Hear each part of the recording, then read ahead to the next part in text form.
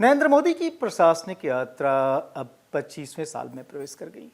आज सुबह सुबह उनकी तरफ से कई सारे ट्वीट इस बारे में किए गए। जनसेवा के तौर पर उन्होंने इसे लिया है। 24 साल पूरे हो गए हैं, 25वें साल में प्रवेश कर लिया है। 24 साल पहले जब इसकी शुरुआत हुई थी तो शायद ही किसी को अंदाजा था कि नरेंद्र मोदी, जो कि उस समय यानी 7 अक्टूबर 2001 को पहली बार प्रशासन में किसी भी पद पर स्थान पा रहे थे, वह इतने सफल होंगे, इतने कामयाब होंगे। संगठन से सरकार में आने के बाद से राज्य से फिर देश की बागडोर संभालेंगे और फिर दुनिया के सबसे लोकप्रिय, सबसे प्रभावी नेताओं में से एक बन जाएंगे। यह किसी को अंदाजा नहीं था। मेरा ये एक तरह से एक पत्रकार के नाते सौभाग्य रहा कि जब ये जर्नी शुरू हो रही थी उस वक्त मैं उस जगह पर था जो कि प्रस्थान बिंदु था, यानी गांधीनगर। 7 अक्टूबर 2001 को गांधीनगर के हेलीपैड ग्राउंड पर नरेंद्र मोदी ने जब पहली बार गुजरात के मुख्यमंत्री पद की शपथ ली, उसके बाद से उन्होंने एक के बाद एक कई शपथ ली। जैसे कि 2001 में जो पहला शपथ ग्रहण हुआ, उसके बाद से 2002 में चुनाव हुए, फिर उन्होंने शपथ ली दिसंबर के महीने में। 2007 का विधानसभा चुनाव जितवाया, फिर से शपथ ली। 2012 में हैट्रिक लगाई गुजरात में, अपनी अगुवाई में लगातार 3 चुनाव जिताए, शपथ ली। उसके बाद से 2012 के उस चुनाव के बाद से ही पूरे देश में उनकी लहर जो है वो फैल गई और ये माना जाने लगा कि देश के अगले प्रधानमंत्री यही होंगे। जबकि उसमें केंद्र में यूपीए सत्ता में थी, प्रधानमंत्री मनमोहन सिंह देश की अगुवाई कर रहे थे। वहाँ से 2013 में वह पहले जून के महीने में गोवा में जो बीजेपी की राष्ट्रीय कार्यकारिणी की बैठक हुई, उसमें उनको कैंपेन कमेटी का चीफ बनाया गया और फिर जो 13 सितंबर की जो तारीख थी 2013 में, उस दिन उन्हें बीजेपी का पीएम कैंडिडेट डिक्लेयर किया गया। और उसके बाद जैसा कि सबको ही पता है कि 2014 में चुनाव हुए और जब 16 मई को मतगणना हुई तो एक ऐसा रिकॉर्ड क्रिएट हुआ जो कि उससे पहले कभी किसी नॉन कांग्रेसी पार्टी ने अचीव नहीं किया था। अपने दम पर केंद्र में सत्ता में आना, एक सिंगल पार्टी खुद का बहुमत हासिल करके आए सत्ता में, यह कांग्रेस के अलावा पहली बार हो रहा था और ये नरेंद्र मोदी ने कर दिखाया अपनी पार्टी बीजेपी के लिए। उसके बाद से हैट्रिक बना चुके हैं केंद्र में भी। 2019 में उससे भी बड़ा मैंडेट हासिल किया और 2024 में फिर से एनडीए की अगुवाई करते हुए प्रधानमंत्री पद पर आसीन हुए। एक रिकॉर्ड गुजरात के मुख्यमंत्री के तौर पर भी, 13.25 साल तक लगातार। और उसके बाद से केंद्र में भी अगर आप देखें तो बतौर प्रधानमंत्री उन्होंने कई सारे कीर्तिमान स्थापित कर दिए हैं। लेकिन जब हम इस जर्नी की बात करते हैं, जो प्रस्थान बिंदु जो था, जिसका मैं विटनेस रहा था, गांधीनगर के हेलीपैड ग्राउंड पर 7 अक्टूबर 2001 को जब नरेंद्र मोदी ने पहली बार शपथ ली थी किसी भी प्रशासनिक पद पर, और शुरुआत मुख्यमंत्री के तौर पर हुई थी सीधे। ध्यान रखिए कि उसके पहले उन्होंने ना तो कभी किसी नगर पालिका में कोई भूमिका निभाई थी, ना ही उसके पहले कोई चुनाव लड़ा था। इनफैक्ट मुख्यमंत्री बनने के बाद से वो अपने करियर का पहला चुनाव लड़ने गए, वो भी 2002 में फरवरी के महीने में। चूँकि एक संवैधानिक बाध्यता होती है 6 महीने के अंदर सदन का सदस्य बनने की, लेकिन जब उन्होंने ओथ ली थी उसके पहले उन्होंने कोई चुनाव खुद के लिए नहीं लड़ा था। ये बात अलग है कि अपनी पार्टी को यानी बीजेपी को जबरदस्त कामयाबी दिलाई थी। लेकिन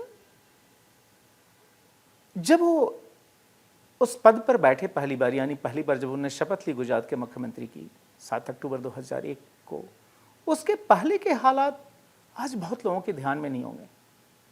परिस्थितियां कैसे बनी, किन परिस्थितियों में मोदी को गुजरात के मुख्यमंत्री के तौर पर भेजा गया। जब मोदी को गुजरात का मुख्यमंत्री बनाने की घोषणा की गई, क्या उस समय जो गुजरात में जो बीजेपी की राज्य इकाई थी उसके अंदर क्या हाल था, या जिन मुख्यमंत्री को हटाया गया केशुभाई पटेल, क्या वह जो है बड़ी आसानी से इस चेंज के लिए तैयार थी। ये सारी चीज़ें हैं जो कि पिछले 24 साल में लोगों के जहन से उतर गई हैं। लेकिन चूँकि ने इस पूरे घटनाक्रम को काफ़ी नज़दीक से देखा था, इसलिए जानना महत्वपूर्ण होगा कि किन चुनौतीपूर्ण परिस्थितियों के बीच आकर, वो भी पार्टी की मांग पर, नरेंद्र मोदी ने आकर गुजरात में सत्ता की बागडोर संभाली और वहां से किस तरीके से सरकार और संगठन दोनों को एक तरह से सहेजते हुए पहले जबरदस्त कामयाबी गुजरात में हासिल की और उसके बाद से केंद्र में उन्होंने जब उनको मौका मिला पहले बीजेपी के पीएम कैंडिडेट के तौर पर पार्टी को जिताया। कई सारे ऐसे राज्यों में जहां पर बीजेपी कभी सत्ता में नहीं आई थी वहां पर भी पार्टी को पावर में लेके आए और बतौर प्रधानमंत्री अपनी अचीवमेंट्स ऐसे हासिल की कि पूरी दुनिया में नाम हो चला। लेकिन जहां तक 2001 के उस प्रकरण का सवाल है, आखिर ट्रिगर कैसे हुआ था नरेंद्र मोदी का मुख्यमंत्री बनना? अगर इस घटनाक्रम को देखा जाए तो जब नरेंद्र मोदी को मुख्यमंत्री बनाया गया उसके पहले तक वह बीजेपी के केंद्रीय संगठन में संगठन महामंत्री हुआ करते थे। 2000 के साल में जब बंगारू लक्ष्मण बीजेपी के राष्ट्रीय अध्यक्ष बने थे तो उन्होंने अपनी बॉडी में जो है नरेंद्र मोदी को संगठन महामंत्री बनाया। उसके पहले 5 साल पहले मोदी दिल्ली आ चुके थे। 1995 में सितंबर के आखिर में उनका एक तरह से दिल्ली आना हुआ था, क्योंकि उस समय का जो घटनाक्रम हुआ था, एक खजुराहो प्रकरण हुआ था जिसमें कि उस समय गुजरात में बीजेपी के जो टावरिंग लीडर थे शंकर सिंह वाघेला, उन्होंने विद्रोह कर दिया था और उस विद्रोह में एक तरह से समाधान के तौर पर और चूंकि पार्टी के लिए जो है स्थितियां और न बिगड़े तो एक तरह से सैक्रिफाइस करते हुए नरेंद्र मोदी ने इस्तीफा दिया था गुजरात में संगठन महामंत्री के पद से और वो दिल्ली आ गए थे। उसके बाद की उनकी जो राजनीति है वो केंद्रीय राजनीति रही, पूरे राष्ट्र की राजनीति रही। तो प्रदेश की राजनीति से निकलकर वह देश की राजनीति में आए। पहले सचिव बने केंद्रीय इकाई में, कई राज्यों का प्रभार मिला, मसलन हिमाचल प्रदेश का, हरियाणा का, चंडीगढ़ का, पंजाब का, जम्मू कश्मीर का। उसके बाद वह महामंत्री बने और फिर उसके बाद से 2000 में संगठन महामंत्री बने।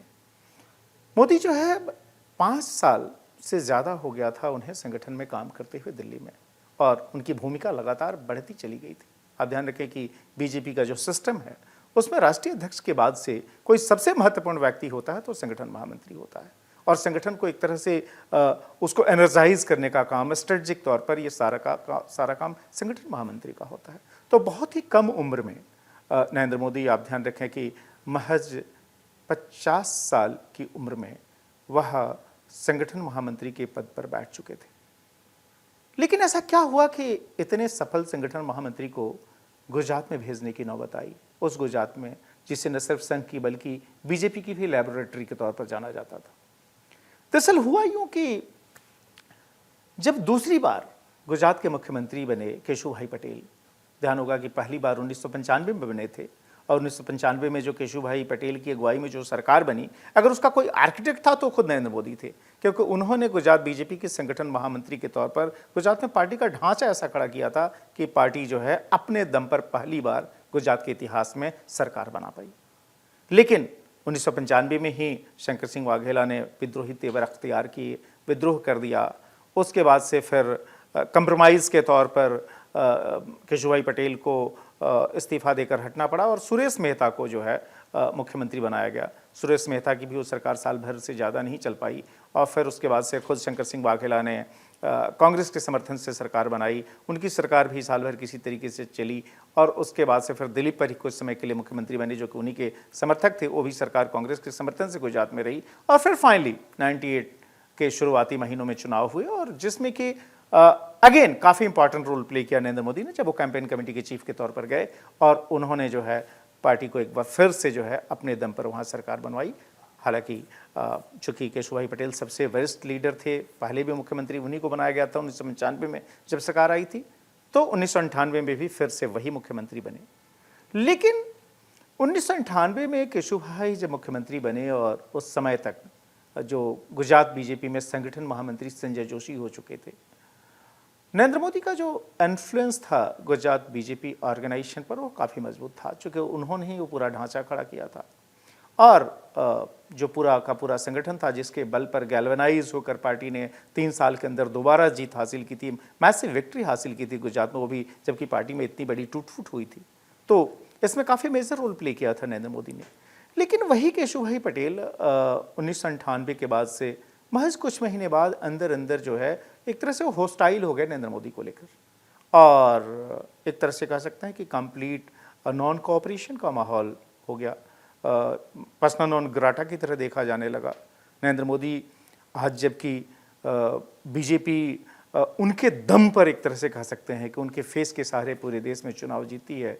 जिस प्रदेश से उन्होंने अपनी राजनीति की शुरुआत की थी संगठन महामंत्री के तौर पर, उसी प्रदेश में आज किसी को याद नहीं आएगा, लेकिन 1998 से लेकर 2001 के बीच का वो कालखंड रहा जबकि पार्टी की गुजरात इकाई ही नहीं, वहाँ की जो सरकार थी उसमें भी एक किस्म की हॉस्टिलिटी थी नरेंद्र मोदी को लेकर।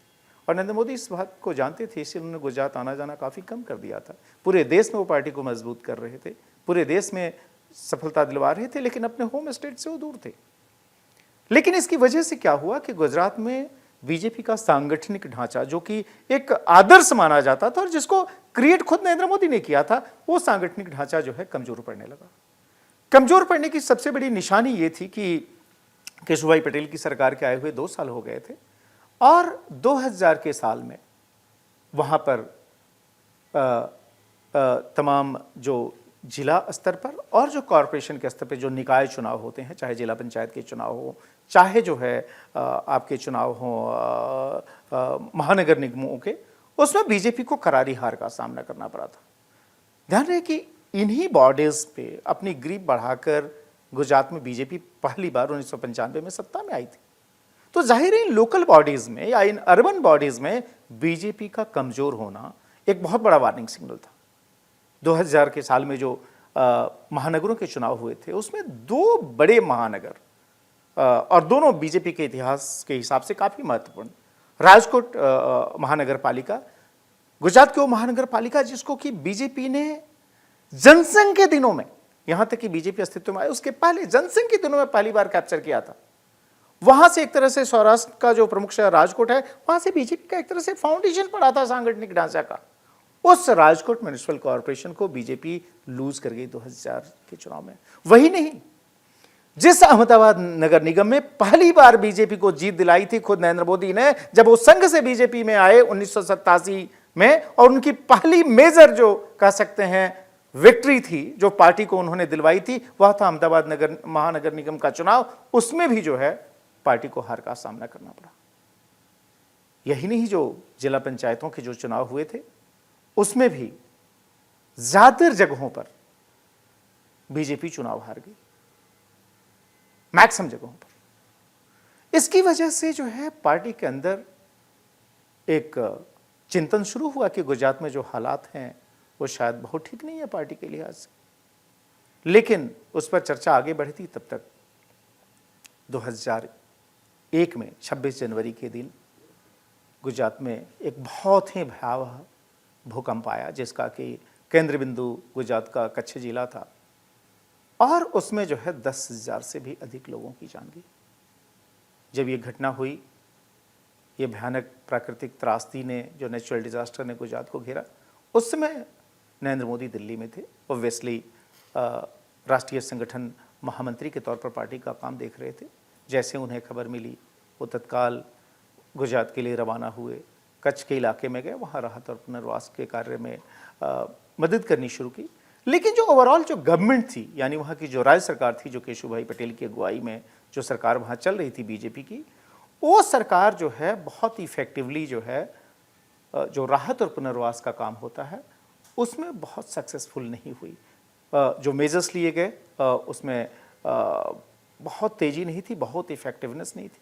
उसकी वजह से लोगों में एक नाराजगी का भाव पैदा हुआ। ये माना जाने लगा कि इसकी वजह से लोगों के बीच सरकार की लोकप्रियता गिर रही है, बीजेपी पर भी गंभीर सवाल खड़े हो रहे हैं। इसी दौरान अब चूंकि पार्टी हाईकमांड जो था उस समय तक बंगारू लक्ष्मण पार्टी अध्यक्ष के पद से इस्तीफा दे चुके थे और जना कृष्णमूर्ति जो है वह जो है पार्टी के राष्ट्रीय अध्यक्ष बन चुके थे।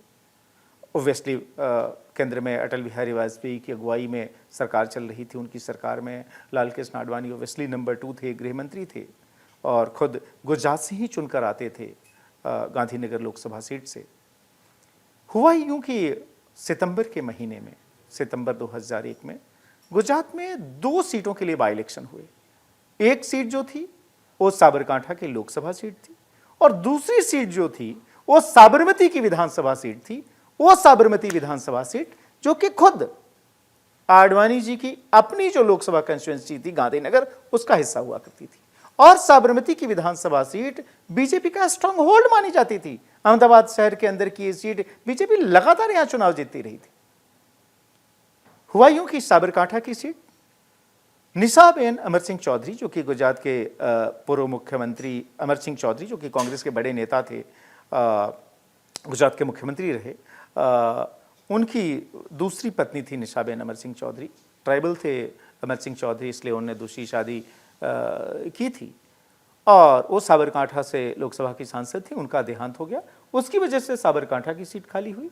जबकि साबरमती की सीट यतीन ओझा एक बड़े फेमस एडवोकेट हुआ करते थे और दूसरा बीजेपी के नेता भी थे, उनका जो है केशुभाई पटेल से लगातार टकराव चल रहा था और इस विरोध में उन्होंने साबरमती विधानसभा सीट से इस्तीफा दे दिया। उसकी वजह से वो सीट खाली हुई। इन दोनों जगहों पर बीजेपी चुनाव लड़ी। ओब्वियसली केंद्र में वाजपेयी की अगुवाई में बीजेपी की सरकार चल रही थी, एनडीए की सरकार, और गुजरात में केशुभाई पटेल की अगुवाई में। माना यह जाता है कि बाई इलेक्शंस में रूलिंग पार्टी को फायदा होता है, हवा उसके हक में होती है, लेकिन इन दोनों जगहों पर बीजेपी चुनाव हार गई। 20 सितंबर को पोलिंग हुई थी, 22 सितंबर 2001 को नतीजे आए। पता यह चला कि साबरमती की सीट बीजेपी, और ध्यान रखिए कि बीजेपी का जो वहां कैंडिडेट था उसका खुद का शॉर्ट नेम बीजेपी था।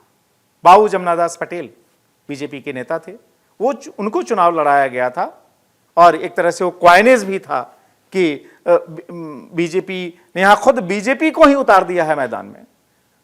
बाबू जमनादास पटेल यानी बीजेपी के जो कैंडिडेट थे साबरमती सीट पर, विधानसभा की जो सीट थी और जहां बाई इलेक्शन हुए, वहां पर बीजेपी को हार का सामना करना पड़ा। नरहरी अमीन जो कि कांग्रेस के कैंडिडेट थे, वहां पर चिमन भाई पटेल की सरकार में वह डिप्टी चीफ मिनिस्टर रह चुके थे, गुजरात क्रिकेट एसोसिएशन के उसमें प्रेसिडेंट थे। उन्होंने जो है साबरमती विधानसभा के लिए हो चुनाव में बीजेपी को हरा दिया। बाबू जमनादास पटेल की हार हुई और बड़े मार्जिन से हुई, 15,000 वोटों के अधिक मार्जिन से।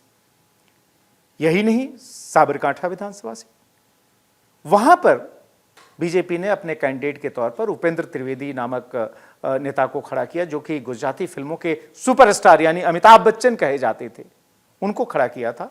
लेकिन वो भी चुनाव हार गए। मधुसूदन मिस्त्री, जिनकी एनजीओ की बैकग्राउंड थी, वो कांग्रेस कैंडिडेट के तौर पर वहां चुनाव जीत गए।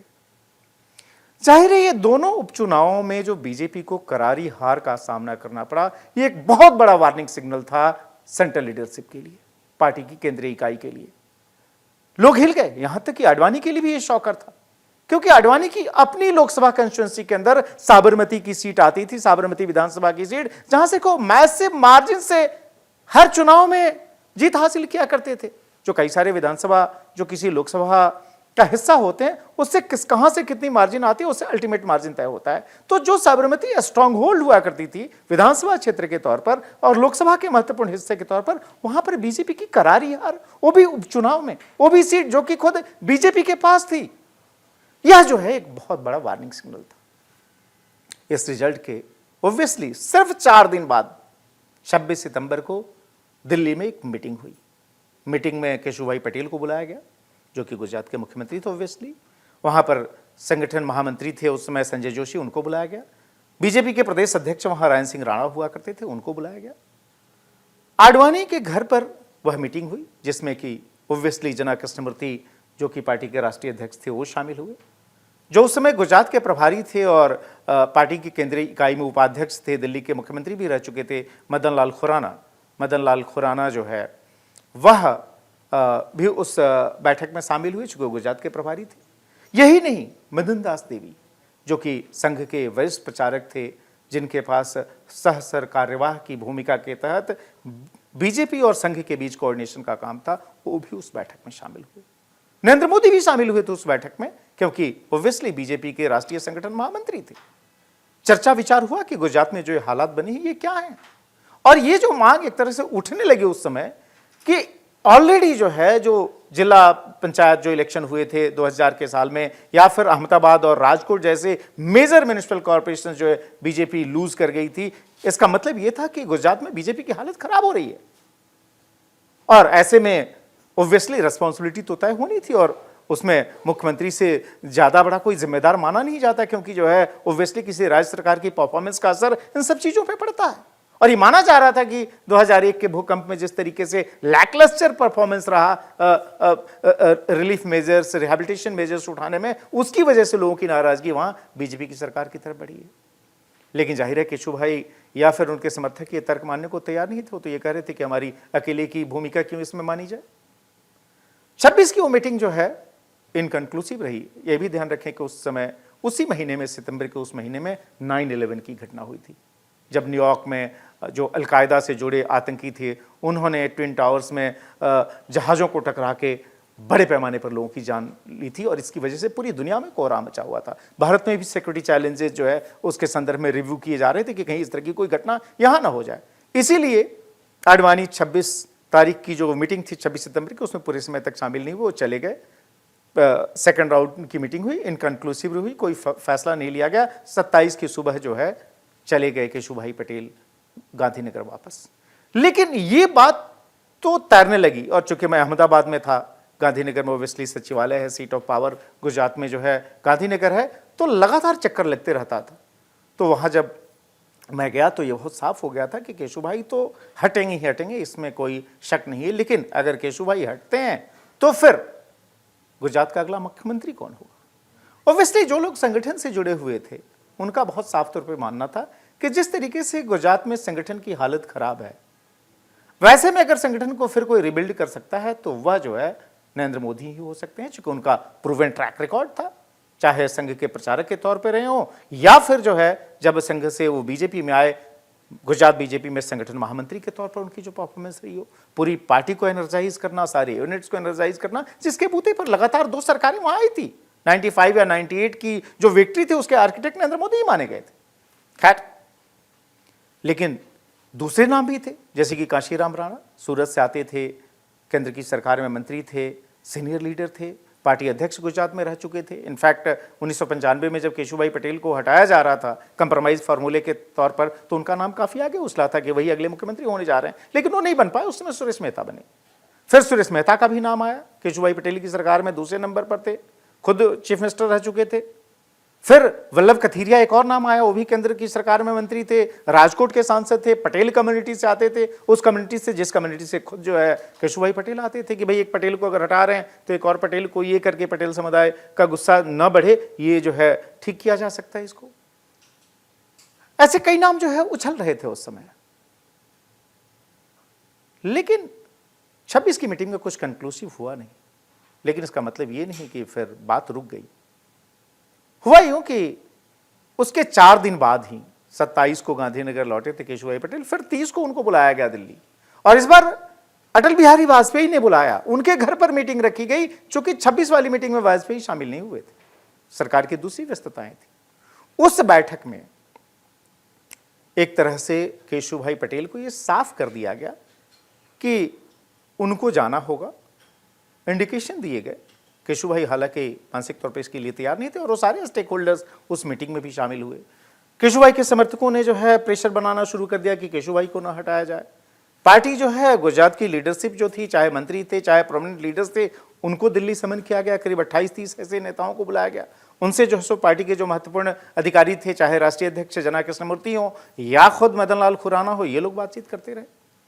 फाइनली 1 तारीख को पार्टी ने जो है यह क्लियर कर दिया बहुत साफ तौर पर केशुभाई पटेल को कि वो अब इस्तीफा दे दें, और जो है सो अगला मुख्यमंत्री जो है वह तय कर लिया जाएगा औपचारिक तौर पर। लेकिन उस समय फ्रंट रनर के तौर पर ऑब्वियसली नरेंद्र मोदी का नाम सामने आ गया। एक तरह से विस्परिंग शुरू हो गई कि केशुभाई पटेल को हटाया जा रहा है और नरेंद्र मोदी जो है गुजरात के मुख्यमंत्री बन रहे हैं। हालांकि कोई औपचारिक घोषणा नहीं की गई थी, चूंकि एक प्रोसेस है, आपको विधायक दल का नेता चुनने के लिए, चूंकि विधायक दल की बैठक होती है, उसमें फिर कोई प्रस्ताव रखता है, फिर उसका कोई समर्थन करता है, और फिर जो है इस तरीके से चुना जाता है, जो बीजेपी में स्थापित प्रक्रिया रही है।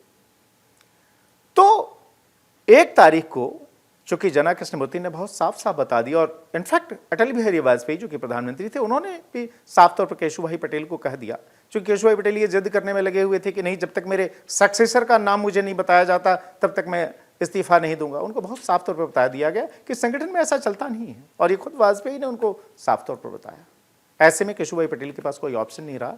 1 तारीख की शाम में उन्होंने एक पत्र लिखते हुए जना कृष्णमूर्ति को, राष्ट्रीय अध्यक्ष को, ये कह दिया कि पार्टी के इंटरेस्ट में मैं कुछ भी त्याग बलिदान करने को तैयार हूं। इस दौरान एक घटना और घटी, और जो कि बड़ी ही दुखद घटना थी। वो घटना थी जो उस समय कांग्रेस के बड़े नेता थे और जिनकी मां खुद बीजेपी की ही नहीं, जनसंघ के जमाने में बहुत टावरिंग लीडर रही थी, पार्टी की उपाध्यक्ष रह चुकी थी, विजया राजे सिंधिया। उनके बेटे माधवराव सिंधिया, उनका जो है देहांत हो गया एक एयर क्रैश में 30 सितंबर के दिन, जब वो कानपुर जा रहे थे। उनके साथ कई सारे पत्रकार मारे गए जो कि उस विमान में उनके साथ जा रहे थे कवरेज के लिए, जिसमें कि रंजन झा, संजीव सिन्हा, गोपाल सिंह बिष्ट, जो कि आज तक उस समय खबरों का एक चैनल के तौर पर जस्ट इवॉल्व हुआ था, उसके वो वीडियो जर्नलिस्ट थे। इन सभी लोगों का उस एयर क्रैश में देहांत हुआ। पोस्टमार्टम वगैरह के बाद से बॉडी जो है फिर हैंडओवर 1 तारीख को की गई। 2 को जो है गोपाल सिंह बिष्ट का अंतिम संस्कार निगमबोध घाट पर था। केशुभाई पटेल हालांकि उन्होंने जना कृष्णमूर्ति को अपना इस्तीफा दे दिया था, लेकिन अंदर से तब भी जो है वो काफ़ी दुखी साउंड कर रहे थे। बार बार गुजराती में कह रहे थे मारो वांकसू, यानी मेरा कसूर क्या है। ये स्वीकार करने को तैयार नहीं थे बहुत हद तक नरेंद्र मोदी को, लेकिन इशारा बहुत साफ था, और फिर अपना भुनभुनाते हुए वो गांधीनगर के लिए प्रस्थान किया। इस दौरान नरेंद्र मोदी, चूंकि उनको दिल्ली में रहते हुए तब तक 6 साल हो चुके थे, और एज ए कम्युनिकेटर जो है उनकी लोकप्रियता बहुत ज़्यादा थी। पार्टी की तरफ से रिप्रेजेंट करना मीडिया हाउसेज के सामने, अखबार, पत्र, पत्रिका, टीवी, उसके बड़े पॉपुलर फिगर थे। तो उनका निजी संबंध ज़्यादातर पत्रकारों से था। तो गोपाल सिंह बिष्ट के डेथ की जब उन्हें सूचना मिली और ये पता चला कि उनका क्रमेशन जो है निगमबोध घाट पर हो रहा है 2 तारीख की सुबह, तो वहाँ गए उस क्रमेशन में शामिल होने के लिए। जबकि सिंधिया का क्रमेशन 4 तारीख को प्रस्तावित था ग्वालियर में होना, इसलिए जो है ज़्यादातर लोग ग्वालियर की तरफ निकल गए थे। लेकिन निगमबोध घाट पर पत्रकारों के बीच नरेंद्र मोदी मौजूद थे जब क्रमेशन चल रहा था गोपाल सिंह बिष्ट का। वहाँ पर 49 वर्ष के थे गोपाल सिंह बिष्ट उस वक्त। उस समय जो है उनके मोबाइल पर एक फ़ोन आया, और ये फ़ोन आया अटल बिहारी वाजपेयी की तरफ से, जो किस्सा लोगों के बीच जाना भी जाता है। लाइन पर वाजपेयी थे, जब इन्होंने फ़ोन उठाया तो उन्होंने कहा कि कहाँ हो, तो उन्होंने बताया कि मैं जो है यहाँ निगमबोध घाट पर हूँ। एक आज तक के जो वीडियो जर्नलिस्ट हैं उनके क्रमेशन के सिलसिले में, तो उन्होंने अपने निवास पर आने के लिए कहा, यानी जो आधिकारिक आवास प्रधानमंत्री का उस समय 7 रेसकोर्स रोड के तौर पे जाना जाता था, वहाँ पहुँचे, जो कि वेस्ली वाजपेयी जी ने कहा था। वहाँ जब गए तो फिर वाजपेयी जी ने मोदी जी को ये कहा कि अब दिल्ली में रहते हुए तुम्हें बहुत समय हो गया है, और यहाँ का पंजाबी खाना खा खा के तुम मोटे हो गए हो, तुम अब गुजरात जाओ। तो ऑब्वियसली नरेंद्र मोदी, चूँकि गुजरात की चुनौती का उन्हें अंदाज़ा था, तो कोई ऐसा नहीं था कि मौका मिलते ही वो कोई भाग जाने की वहाँ सोच रहे थे, चूँकि पता था कि यह कोई आसान रास्ता नहीं है, बहुत कठिन है वहाँ पर जो पार्टी और सरकार की कंडीशन जितनी ख़राब थी उसमें सी चीज़ों को रिवाइव करना। तो उन्होंने बल्कि मना ही किया कि अरे मैं कहाँ, मैं तो बहुत लंबे समय से वहाँ पर टच में नहीं हूँ, मेरा कोई संपर्क भी नहीं है, मैं कहाँ, मैं यहाँ पर वेल सेटल्ड हूँ, मेरे से क्या दिक्कत हुई है कि मेरे को भेजा जा रहा है। बट ऑब्वियसली वाजपेयी सबसे बड़े लीडर थे, देश के प्रधानमंत्री थे, तो उनके कहने पर नरेंद्र मोदी ने मुख्यमंत्री के तौर पर वहाँ पर जाना स्वीकार किया। 3 तारीख को, 2 तारीख का ये वाक़या है, 3 तारीख को सुबह सुबह नरेंद्र मोदी पहुँचे अहमदाबाद, ओब्वियसली बाई एयर पहुँचे। मैं अहमदाबाद एयरपोर्ट पर मौजूद था, तो उस फ्लाइट में मदन लाल खुराना भी उनके साथ आए थे।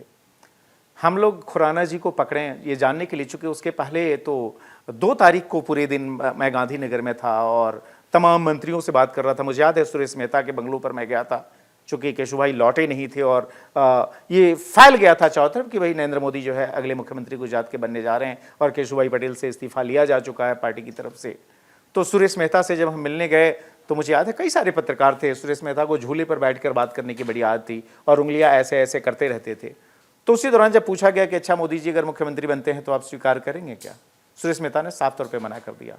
बोला कि नहीं, मैं जो है नरेंद्र भाई से काफ़ी सीनियर हूँ और मैं मुख्यमंत्री रह चुका हूँ, मैं उनके अंडर नहीं सर्व कर सकता, कि मैं तो नहीं बनूंगा। तो लोगों ने कहा कि भाई आप तो केशुभाई पटेल के अंदर भी रह चुके हैं, आप मुख्यमंत्री रहे, उसके बाद फिर से रहे, अभी आप प्रेजेंट कैबिनेट में हैं। तो बोले कि नहीं, केशुभाई मेरे से काफ़ी सीनियर थे और जब मैं मुख्यमंत्री नहीं था तब भी उनके मंत्रिमंडल में मैं शामिल रहा था, इसलिए उसमें कुछ गलत नहीं है, लेकिन मैं नरेंद्र मोदी के अंडर सर्व नहीं करूँगा। वहाँ से उठ के याद है मुझे, मैं नरोत्तम पटेल के पास गया, वो भी उस समय जो केशुभाई पटेल की सरकार में मंत्री थे, कांशीराम राणा के बड़े करीबी माने जाते थे।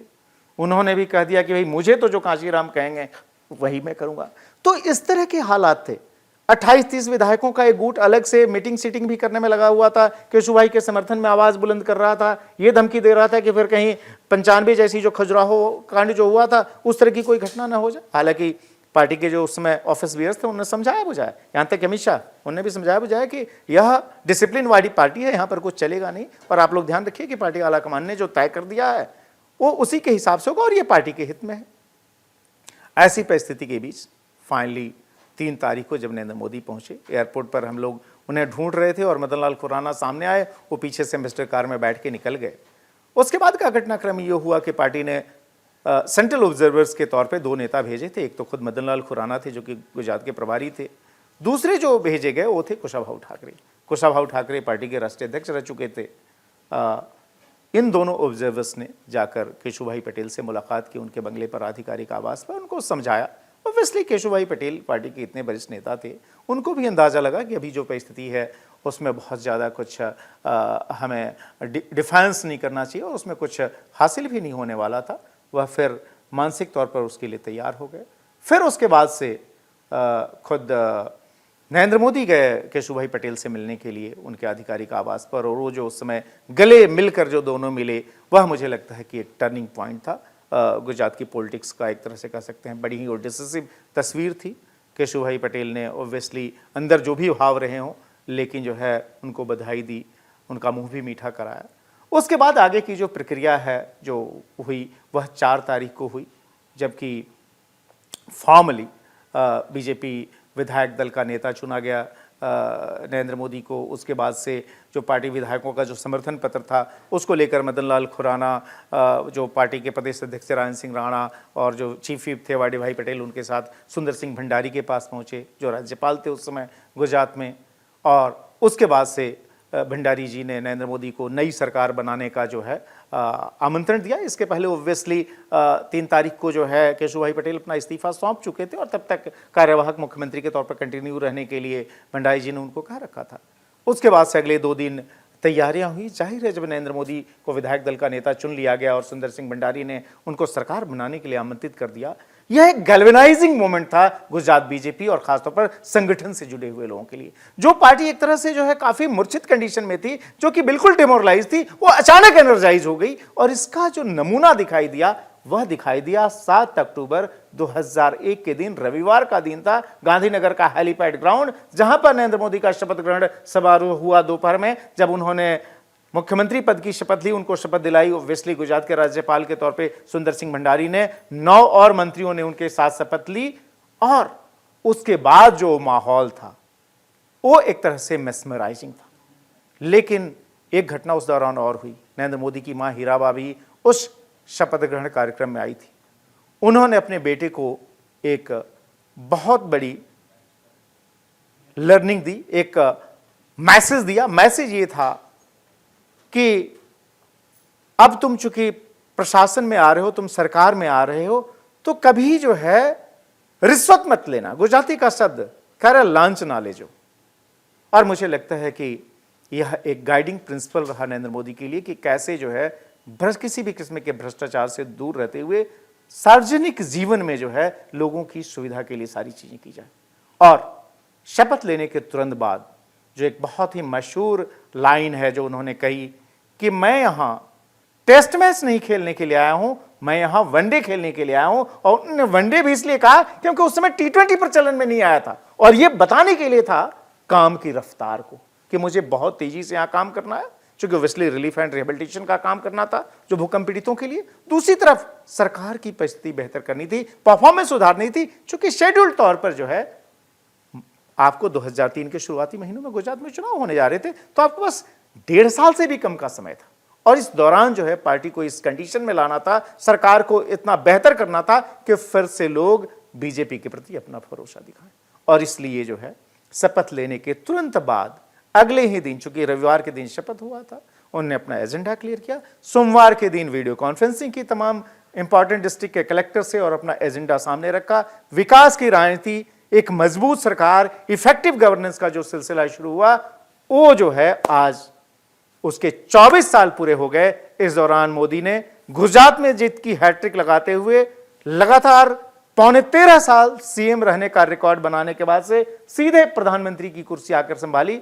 अनूठी बात यह है कि जब वो गुजरात के मुख्यमंत्री बने उसके पहले उन्होंने विधानसभा का कोई चुनाव नहीं लड़ा था, विधानसभा तो छोड़िए किसी पंचायत का भी चुनाव नहीं लड़ा था, और मुख्यमंत्री के बाद सीधे प्रधानमंत्री की कुर्सी पर सवार हुए। उसके पहले केंद्र में कभी किसी प्रशासनिक भूमिका में नहीं रहे थे। और इन 24 सालों में परफॉर्मेंस के लेवल पर, चाहे सरकार हो चाहे पार्टी हो, जो कीर्तिमान हासिल किए, उसकी वजह से देश और दुनिया में नरेंद्र मोदी की नोटिस ली जाती है और दुनिया के एक मजबूत, सशक्त और जिनका कि पॉपुलैरिटी इंडेक्स में हमेशा टॉप पे रहते हैं, ऐसे लीडर के तौर पर स्थापित हुए हैं। और ये नेता जो है आज जो है अपने 25वें वर्ष में जो प्रशासनिक यात्रा है उसमें प्रवेश कर चुका है। लेकिन जो शुरुआत रही थी वह कितनी चैलेंजिंग थी, कितनी रोमांचक थी, इसका अंदाजा बहुत लोगों को नहीं होगा। इसलिए मैंने सोचा कि आज के दिन ये कहानी सबको सुना देता हूं।